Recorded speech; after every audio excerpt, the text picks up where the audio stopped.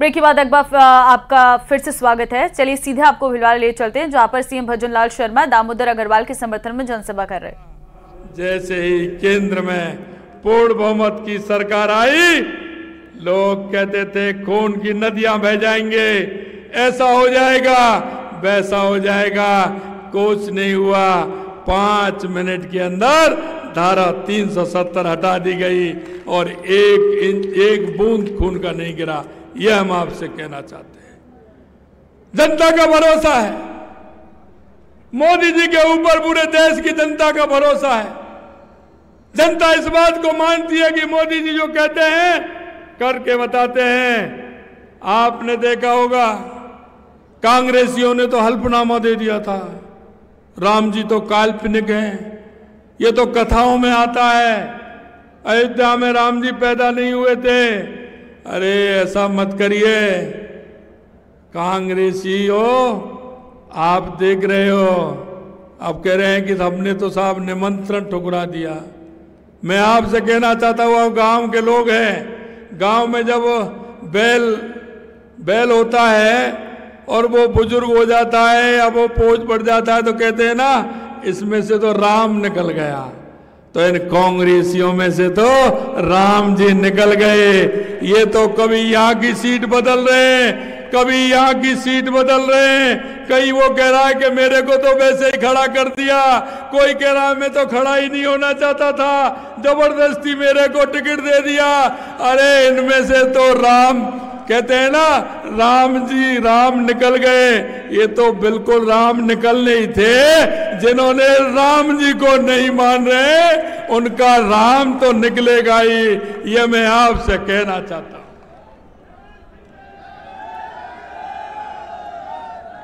मैं मित्रों आपसे निवेदन करना चाहता हूं।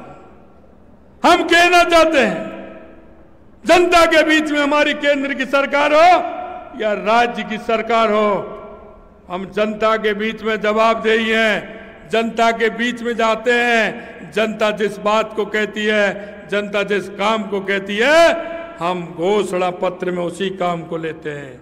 आपने देखा होगा, विधानसभा के अंदर हमारे 200 रथ गए थे, हर विधानसभा के अंदर गया था। हमने वहां की समस्याओं को लिया, हमने उस घोषणा पत्र के आधार पर हमारा संकल्प पत्र बनाने का काम किया। और वो संकल्प पत्र बनाने का काम किया, हमने कहा कि हमने जो राजस्थान के अंदर हमारा जो संकल्प पत्र बनाया है, हम राजस्थान की जनता को विश्वास दिलाना चाहते हैं। हमको 3.5 महीने हुए हैं, लेकिन काम करने के लिए हमें 3 महीने यानी 90 दिन मिले थे। 90 दिन में हमने 45% हमारा संकल्प पत्र पूरा किया है। 45%।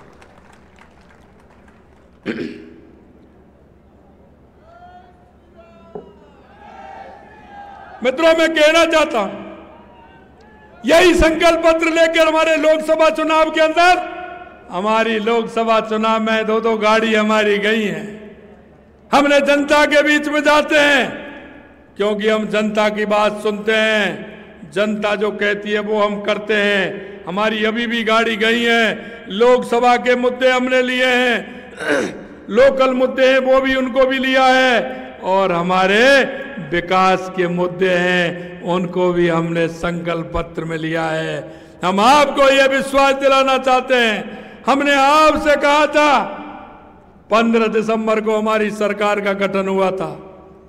16 दिसंबर को हमने कहा कि हम जो युवाओं के सपनों को जिन्होंने तोड़ने का काम किया है, जिन्होंने युवाओं के सपने को तोड़ने का काम किया है, युवाओं को रुलाने का काम किया है, उन किसान के पुत्रों को धोखा देने का काम किया है, और जिस आशा और विश्वास के साथ किसान ने अपने बेटे पे भरोसा किया था कि वो पढ़ाई करेगा, उसको कमरा दिलवाया, कोचिंग करवाई, और उसको कोचिंग करवा के हॉस्टल में रखने का काम किया।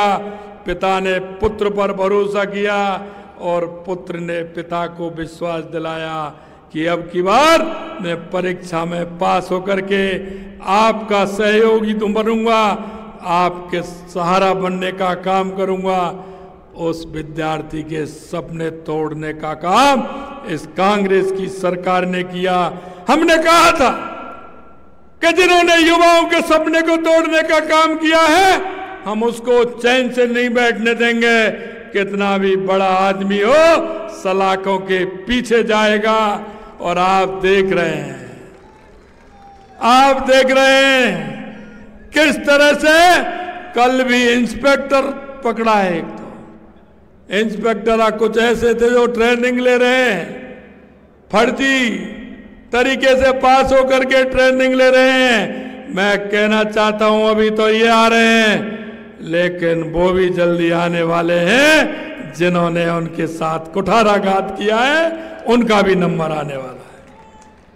मित्रों, मैं कहना चाहता हूं, हमने आपसे वादा किया, हमने हमारी माता बहनों से वादा किया था कि हमने कहा था कि हमारी सरकार आएगी, हम 450 रुपए में सिलेंडर देने का काम करेंगे। 450 रुपए में हमने 25 दिसंबर को फैसला लिया और 1 जनवरी से राजस्थान की 73 लाख बहनों को 450 रुपए में सिलेंडर देने का काम हमारी सरकार ने किया है।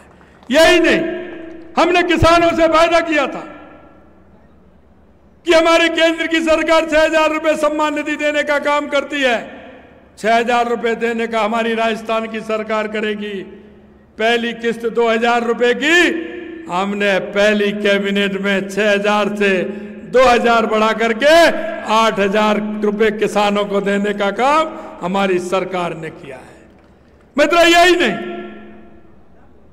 केंद्र में हमारी यशस्वी प्रधानमंत्री नरेंद्र मोदी जी की सरकार 6,000 रुपए देती थी, लेकिन हमारे किसानों के बेटे जिनके पिताजी का देहावसान हो जाता था, उनका नामांतरण खुलता है, म्यूटेशन खुलता है उनका, तो उनके पुत्रों को या पुत्रियों को उसका लाभ मिलता है। इस राजस्थान की सरकार ने वो म्यूटेशन खोल करके उनको भी नहीं भेजा। हमने उसमें उन सभी का म्यूटेशन खोला, उनको भी आगे बढ़ाया और 60,000 किसानों को एक्स्ट्रा देने का काम ये हमारी सरकार ने किया है। हमने कहा था मैं एमएसपी बढ़ाएंगे गेहूं पर, हमने 2275 रुपए से 2,400 रुपए करने का काम हमारी सरकार ने किया है। किसान के गेहूं पर पहली कैबिनेट में एमएसपी बढ़ाने का काम किया है। हमारी आंगनवाड़ी की हमारी बहनें, आशा सहयोगिनी, ऐसी हमारी बहनें जो लगातार काम करती हैं, उनका मानदेय किसी ने नहीं बढ़ाया। हमारे जनप्रतिनिधि, उनका जो पंचायत राज के जनप्रतिनिधि, उनका मानदेय किसी ने नहीं बढ़ाया। नगर निकाय के जनप्रतिनिधि, उनका मानदेय भी किसी ने नहीं बढ़ाया।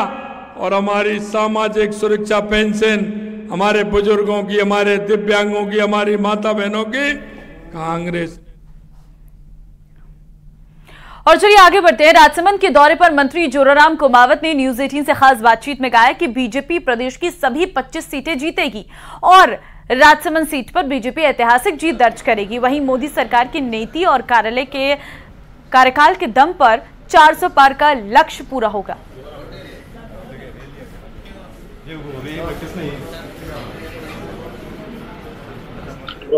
लोकसभा चुनाव की रणभेरी बच चुकी है और इस वक्त हमारे साथ है प्रदेश सरकार के जो मंत्री हैं जोराराम कुमावत साहब। कुमावत साहब, क्या उम्मीदें हैं इस बार लोकसभा, क्योंकि सरकार प्रधानमंत्री जी तो नारा दे रहे हैं 400 पार और इस बार 25 रिपीट। अभी लोकसभा के चुनाव है और लोगों में, पूरे राजस्थान में जबरदस्त उत्साह है, कार्यकर्ताओं में भी उत्साह है और आम जनता में भी जबरदस्त उत्साह है। और जिस तरह से मोदी जी ने 10 साल में इस देश का विकास किया और विकास के पहियों को तीव्र गति से चलाने का काम किया और पूरे देश का मान सम्मान पूरी दुनिया में बढ़ाने का काम किया, भारत को एक 5वीं आर्थिक महाशक्ति बनाने का काम किया, विश्व में भारत की एक नई पहचान बनाने का काम किया और भारत को आने वाले समय में विकसित राष्ट्र बनाने और आत्मनिर्भर राष्ट्र बनाने की दिशा में जो मोदी जी काम कर रहे हैं, भारत को एक सांस्कृतिक विरासत देने का काम किया। अयोध्या में लंबे समय से 500 सालों से राम मंदिर नहीं बन रहा था, वो राम मंदिर बनाना, धारा 370 हटाना और जो ऐतिहासिक निर्णय वो मोदी जी ने लेने का काम किया, तो लोगों और जनता का मोदी जी के प्रति जबरदस्त उत्साह है। और आने वाले समय में हम यहाँ राज्यसभा सीट भी जीतेंगे, राजस्थान की 25 सीटें जीतेंगे और मोदी जी का जो संकल्प है 400 पार, निश्चित रूप से 400 से भी ज्यादा सीटें हम जीतेंगे। तो ये थे मंत्री जोराराम जी कुमावत, जिनका कहना है कि इस बार राजस्थान में भाजपा 25 रिपीट करेगी और पीएम मोदी का जो 400 पार का नारा है वो निश्चित ही पूरा होगा। अलका सोनाटी, न्यूज 18 राजस्थान, राजसमंद। और अब खबर बाड़मेर से आपको देंगे, जहां निर्दलीय प्रत्याशी रविंद्र सिंह भाटी ने नामांकन दाखिल कर लिया है और नामांकन के लिए अपने समर्थकों के साथ कलेक्ट्रेट पहुंचे। नामांकन दाखिल करने के बाद भाटी ने कहा है कि बाड़मेर, जैसलमेर, बालोतरा लोकसभा क्षेत्र की जनता के भरोसे पर खड़ा उतरूंगा। बालोतरा लोकसभा क्षेत्र से इस बार त्रिकोणीय मुकाबला हो चुका है और निर्दलीय विधायक रविंद्र सिंह भाटी यहां पर नामांकन दाखिल करने के लिए आए हैं और हम बातचीत कर रहे हैं कि आपने पहले भी नामांकन दाखिल कर दिया, आज कौन सा मुहूर्त है? बिल्कुल मुहूर्त जनता और आशीर्वाद है और बहुत ही बढ़िया मुहूर्त रमीना आज हाजिर हुआ। मैंने पूरा भरोसा जनता और आशीर्वाद में आरे बैठो गए और आने वाले टाइम रमीना पूरे तरीके में समर्पित भाव रमीना बाड़मेर, जैसलमेर और बालोतरा की जनता की सेवा पूरे तरीके। दो राष्ट्रीय पार्टियों से चुनाव लड़ रहे हो, कैसे मुकाबला होगा? क्योंकि वहाँ उनके पास में स्टार प्रचारक हैं, बड़े बड़े नेता है, यहाँ पर एकमात्र नाम रविंद्र सिंह भाटी। देखो साहब, यह चुनाव रविंद्र को नहीं लड़े, यह चुनाव तो बाड़मेर, जैसलमेर और बालोतरा की जनता चुनाव है। वो गोटे मोटा मोटा स्टार प्रचारक से पर हमारे गोटे देवतुल्य जनता है, 36 कौम लोग है, पिता तुल्य बुजुर्ग है, युवा साथी है, मान सकते हूँ तो यहाँ भरोसा ला रहे, विश्वास ला रहा गया है और मेरा पूरा भरोसा स्टार प्रचारक तो चुनाव वाले टाइम आई पाछा जाएगा पर यहाँ उठाए कि यहाँ उठाबर रविंद्र यहाँ बीच में यहाँ से। देखिए, जो आदर्श स्टेडियम की आज की भीड़ है कि ये भीड़ कितने दिन की मेहनत के बाद में आ रही है? क्या मेहनत की रविंद्र सिंह ने या ये अपने मन से आई है? सब ये भीड़ को नहीं है, वो लोग है जिनको केतन के दफा में विश्वास है, वो लोग है जो चाहे कि वाकई कोई ना कोई युवा आगे आए बाड़मेर, जैसलमेर और बालोतरा रहे भविष्य वास्ते भेड़ा हुए सामूहिक रूप में ना 36 कौम भेड़े से काम कर सके, उरी आवाज कदे दबे नहीं, उन्हें हिम्मत देने वास्ते आई है, उन्हें आशीर्वाद देने वास्ते। देखिए, कांग्रेस और बीजेपी का सीधा सा आरोप है कि रविंद्र सिंह भाटी जो है वो बाड़मेर की जनता, बाड़मेर के वोटर्स नहीं, बाहर से भीड़ को इकट्ठी करते हैं। वो कहना आलम कह दूंगा में कोई मोटो फर्क नहीं पड़े और ना तो वही कहूँ कि यहाँ पे स्वच्छ रूप में मीना चुनाव लड़ा, जनता ना पे तय करने वास्ते, जनता वहां छोड़ना कि वो की पूरा भरोसा जनता का आशीर्वाद। तो रविंद्र सिंह भाटी का साफ तौर से कहना है कि उनको जनता के ऊपर विश्वास है और वो दमखम के साथ, मजबूती के साथ में चुनाव लड़ रहे हैं। अब देखने वाली बात होगी कि मतदाता क्या सोच करके चुनावी मैदान में जा रहे हैं। कैमरामैन गणपत के साथ प्रेमनाथ देथा, न्यूज 18। एक झूठी कहानी जिसके पीछे 2 राज्यों की पुलिस 16 दिन तक मशक्कत रही। विदेश जाने के लिए खुद की ही किडनैपिंग की साजिश और अपनी ही परिवार से फिरौती की मांग। कोटा किडनैपिंग कांड की क्या है इनसाइड स्टोरी, देखिए रिपोर्ट।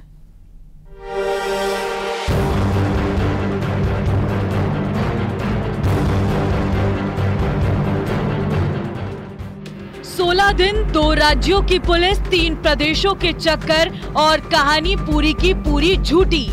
अपने ही अपहरण की झूठी कहानी का साजिश रचने वाली छात्रा आखिरकार पकड़ी गई।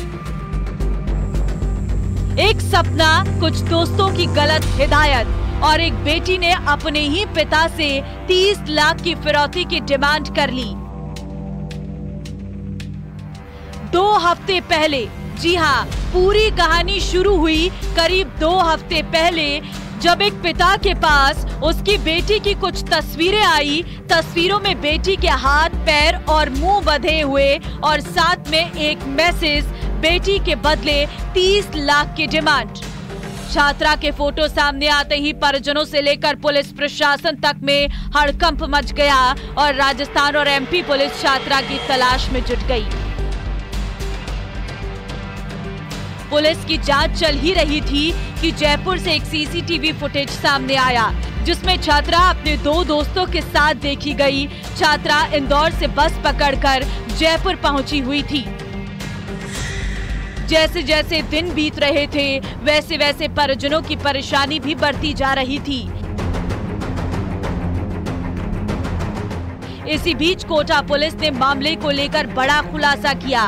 बात सामने आई कि छात्रा का अपहरण तो हुआ ही नहीं, पूरी कहानी एक साजिश थी और साजिशकर्ता खुद छात्रा, जिसमें उसका साथ दिया उसके दोस्तों ने। पुलिस ने खुलासे के बाद छात्रा का सच तो सामने ला रखा था, लेकिन उसका अभी तक कोई सुराग नहीं लग पाया था। कोटा से लेकर इंदौर तक की पुलिस छात्रा का पता लगाने के लिए जद्दोजहद कर रही थी। इसी बीच इंदौर से भी एक सीसीटीवी फुटेज सामने आया, जिसमें छात्रा अपने दोस्त के साथ देखी गई। लेकिन पुलिस लोकेशन तक पहुंचती इससे पहले ही छात्रा हॉस्टल छोड़कर अमृतसर चली गई, जहां वो अपने दोस्त के साथ 6 दिन तक रही और स्वर्ण मंदिर में ही लंगर खाती रही, जहां से पुलिस ने उसे दस्तयाब कर लिया।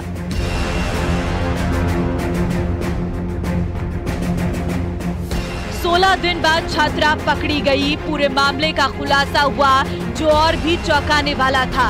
दरअसल छात्रा डॉक्टर बनना चाहती थी। MBBS करने की इच्छा के साथ छात्रा ने तैयारी तो शुरू की, लेकिन जब परीक्षा सामने आई तो उसे फेल होने का डर सताने लगा। फिर क्या, इसी डर के सहारे उसने पूरी प्लानिंग कर डाली। ऑनलाइन सर्च करने पर छात्रा ने पाया कि रसिया में MBBS हो जाती है।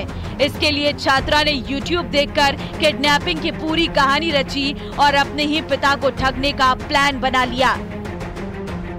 छात्रा ने एक फर्जी सिम खरीदा और दोस्तों के साथ मिलकर अपने प्लान को एग्जीक्यूट किया और दोस्त के किचन में किडनैपिंग का फोटो शूट कर अपने पिता को भेज दिया।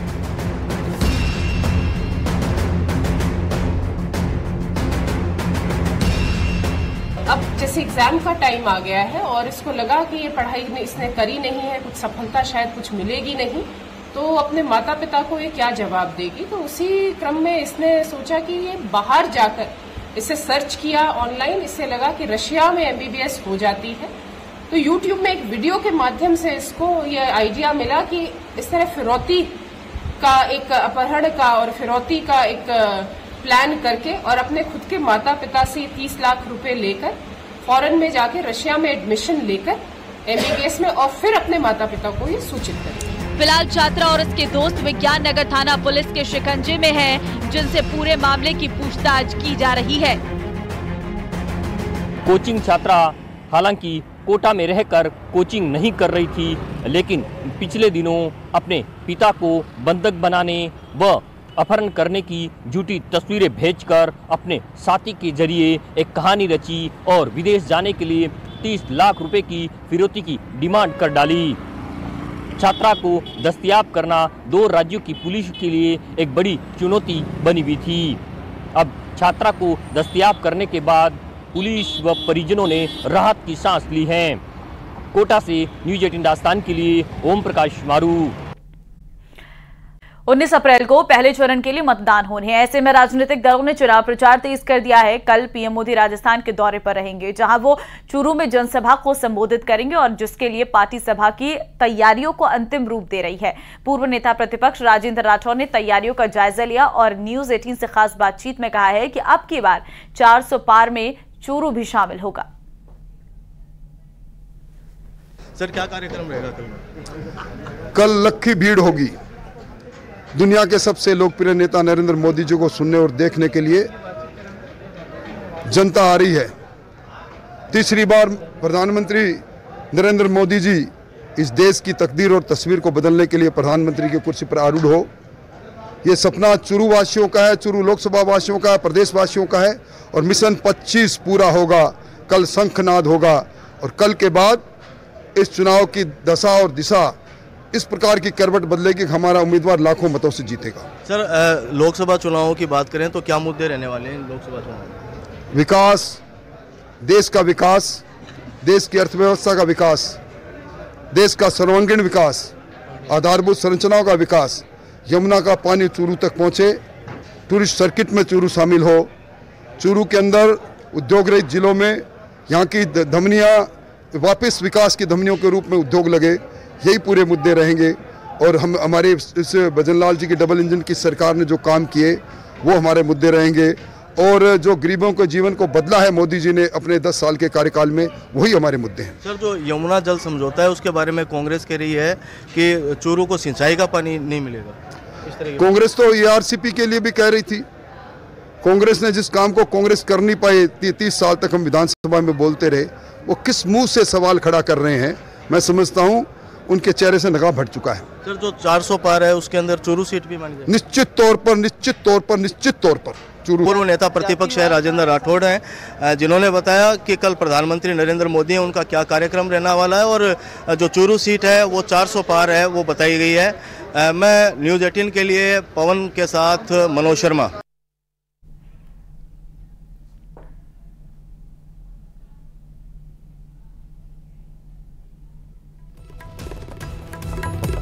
तो चुनाव प्रचार में बीजेपी जुटी हुई है। स्टार प्रचारक प्रधानमंत्री नरेंद्र मोदी का कल का राजस्थान का दौरा रहने वाला है। चूरू में एक जनसभा करेंगे प्रधानमंत्री मोदी और इसको लेकर पूरी तैयारियां की जा रही हैं।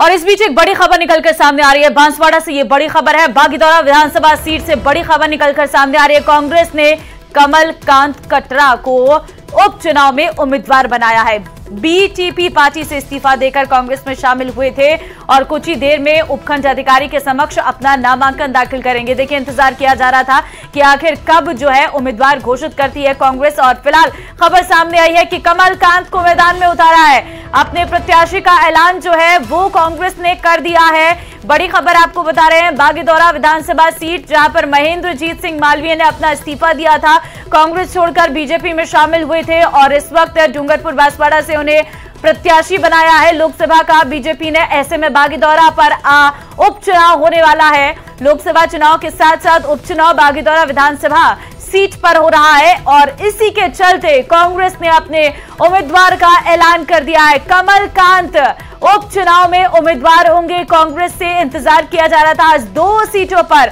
उम्मीदवार घोषित कर दिए हैं कांग्रेस ने। डूंगरपुर बांसवाड़ा में लोकसभा उम्मीदवार की भी घोषणा कांग्रेस की तरफ से कर दी गई है और अभी जानकारी सामने आ रही है कि बागीदौरा इसका इंतजार किया जा रहा था। कई नामों पर चर्चा चल रही थी, 4 ऐसे नाम हैं जो निकलकर सामने आ रहे थे, लेकिन उन चारों में से एक नाम जो कंफर्म हो गया है वो है कमलकांत कटरा का। तो कमलकांत जो है वो कांग्रेस के उम्मीदवार रहेंगे।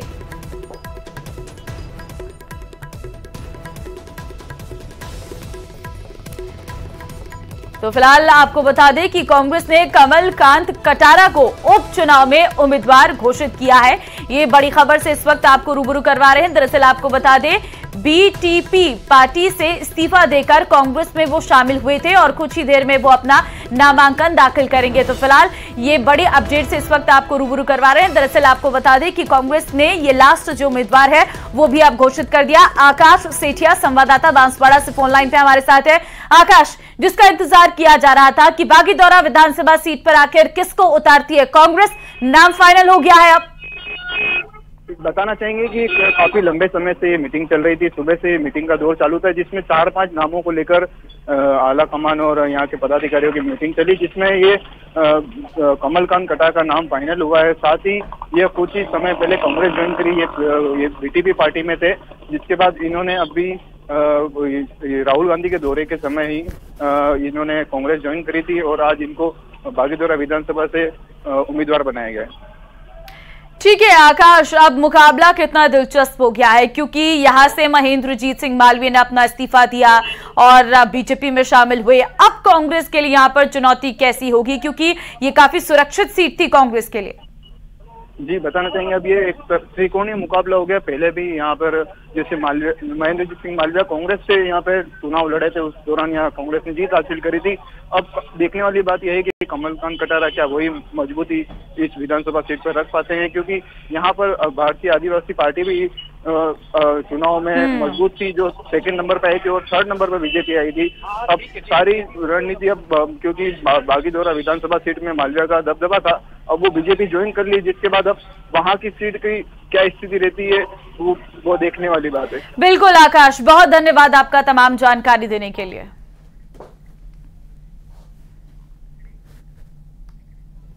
और चलिए फिलहाल इस बुलेटिन में बस इतना ही। बाकी अन्य खबरों के लिए बने रहिए हमारे साथ। नमस्कार।